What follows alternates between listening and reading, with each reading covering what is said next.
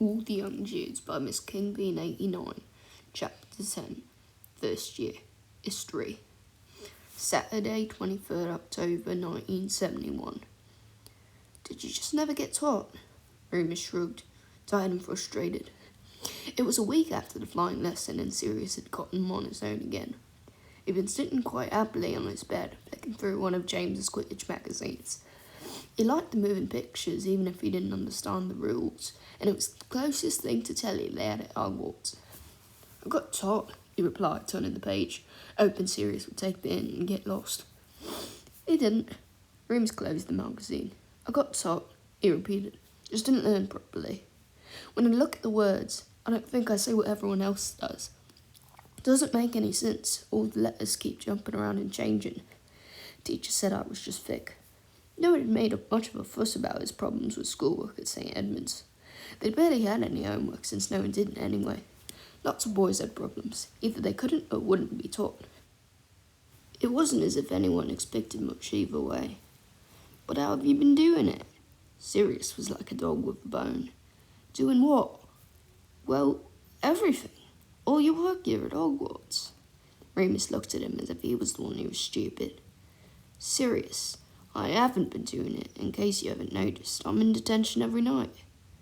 Well, yeah, obviously, Sirius waved a hand. But the other day in potions I saw you.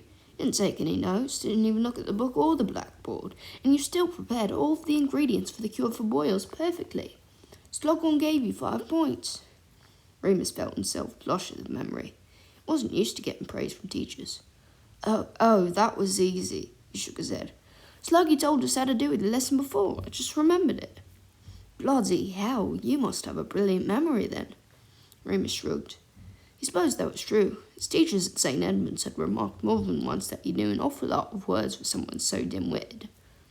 Sirius was staring into space now, clearly deep in thought. Remus could practically see the cogs working in his mind. Sometimes Sirius was an entirely closed book. Other times he was so easy to read it was almost funny. If you could read, you'd probably be as good as me and James. Better, probably. Remus snorted. So modest, Black. Well, you would. Sirius missed the sarcasm completely, still looking thoughtful. Your one book is much more natural, and if your memory is as good as you say it is, he chewed his lip. I bet there's a spell for it. Remus laughed. You're going to cure me with a spell? Why not? Remus had thought about it already. Of course he had. But he was more aware of the limitations of magic than anyone. After all, he had scars which would not heal in a monthly nightmare which nobody can prevent. Magic can't fix stuff like that, he replied bluntly. Why else does James wear glasses? I think there are spells for eyesight, Sirius said. Maybe they're just not worth the effort, too dangerous or complicated or something. It's not just reading, Remus countered. My writing's crap too. I'm too slow and it comes out all messy. Oh, there are definitely spells for that, Sirius said confidently. You can be what you quill. I've seen my father do it on official documents. His handwriting's really scratchy normally. Remus was at a loss. Sirius clearly wasn't going to give this up. Chewed his lip. Why are you so interested anyway? You're my fellow marauder. Can't have you in detention every day. What if the Slytherins strike back? We'll need your evil mind for pranks. His eyes glittered.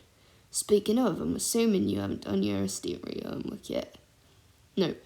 Okay then, let's get started. Sirius jumped off the bed and began rooting around his trunk. No, you're not doing my homework for me, Remus protested, standing up, folding his arms. Too bloody right I'm not, Sirius replied, withdrawing a heavy book. It was a history of magic. Remus recognised the size and shape. I just fancied refreshing my memory, that's all. So I'm going to sit here and read it loud because that helps me study. And if you happen to retain some of it in that enormous brain of yours, then there's not much I can do about it. Remus huffed. Haven't you got something better to do? Where's James anyway? Watching the Gryffindor Quidditch practice. Sirius settled down on his bed, opening the book. Reckons he'll get on the team next year, so he's trying to pick up some tips. Peter's following him, obviously. Now be quiet, please. I'm trying to work. He cleared his throat. A History of Magic by Bathilda Bagshot. Chapter 1, Ancient Egypt. The Rites and Rituals of Impop. And he went on and on. Remus stayed standing for a while, trying to decide whether or not to walk out the room and slam the door. But he found that he really wasn't that angry.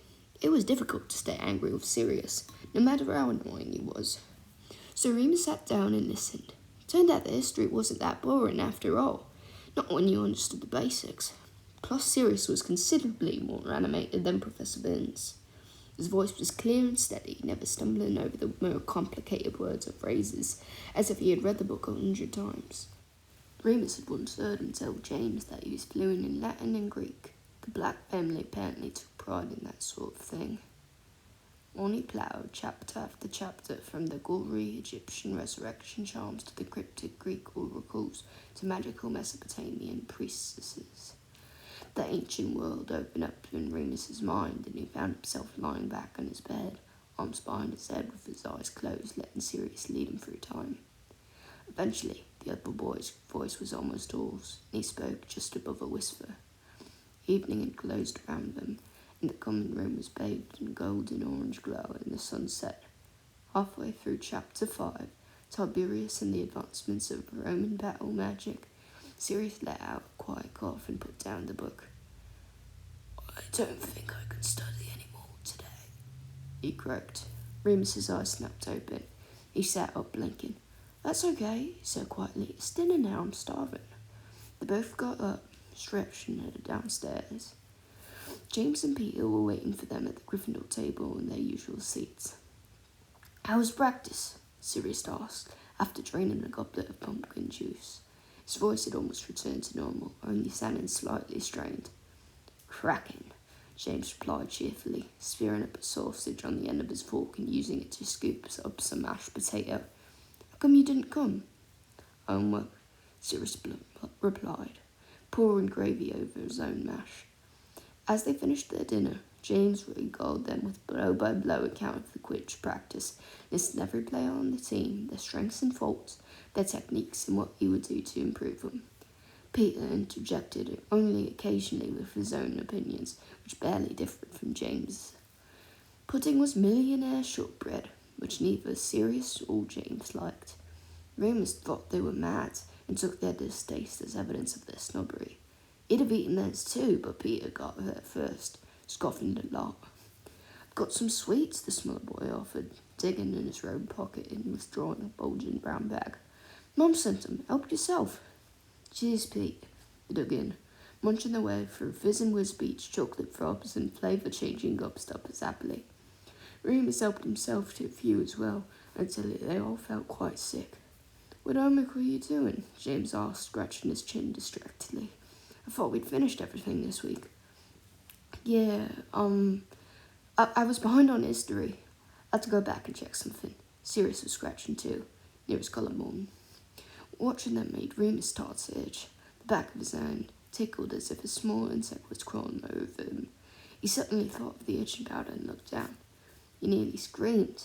The back of his hand was growing thick, dark hair at an alarming rate. He was transforming. It wasn't anywhere near the full moon. How could this be happening? He stood up so suddenly he nearly fell over backwards. He had to get out of there, fast. "What's up, Lupin?" James stared at him, startled. Remus looked back at them, then at Sirius. They were both grown hair too. Dark curls sprouted from their faces, their hands and arms, every bit of exposed skin. He gaped, speechless. He ran his tongue over his teeth. They weren't getting any longer. "Oh, bloody hell," James said, looking down at himself and then at the other two boys. "What's going on?" "Peter," Sirius growled, his face now almost covered in hair. "Are you sure your mum spent those sweets?" Peter, who hadn't had any sweets yet, stared at them both and turned red, sputtering. "Well, I mean, I thought they were from her. They arrived this morning." "Pete!" James roared, people looking at them now, turning and nudging each other. Soon the entire dining hall was whispering and pointing at the three incredibly hairy boys at the Gryffindor table. Plenty of people were giggling too, but of course no one was laughing louder than Severus Snape over at the Slytherin benches. "Come on," Sirius stood up, sticking his furry nose up in the air with the aristocratic dignity that was nothing short of hilarious. Let's go to the hospital wing. We can plot our revenge later. As they left the howls of laughter from the rest of the great hall, Remus cringed in shame, covering his face with his hands. Every inch of him was now covered in the same glossy black hair. He didn't find it as funny as James and Sirius seemed to. "Told you they'd strike back," Sirius muttered.